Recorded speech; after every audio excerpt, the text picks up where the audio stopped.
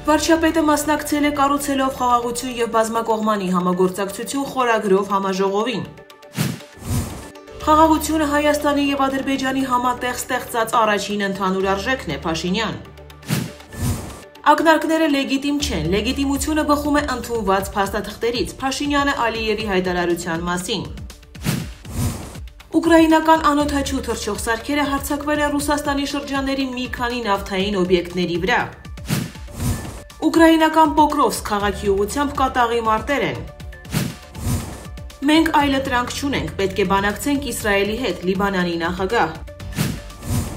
Սերբ ուսանողները 1 տարի անց դադարեցնում են համալսարանների շրջափակումները։ Թրամփը սպառնում է կրճատել Նյու Յորք քաղաքի ֆինանսավորումը, եթե ընտրվի դեմոկրատ թեկնածուն։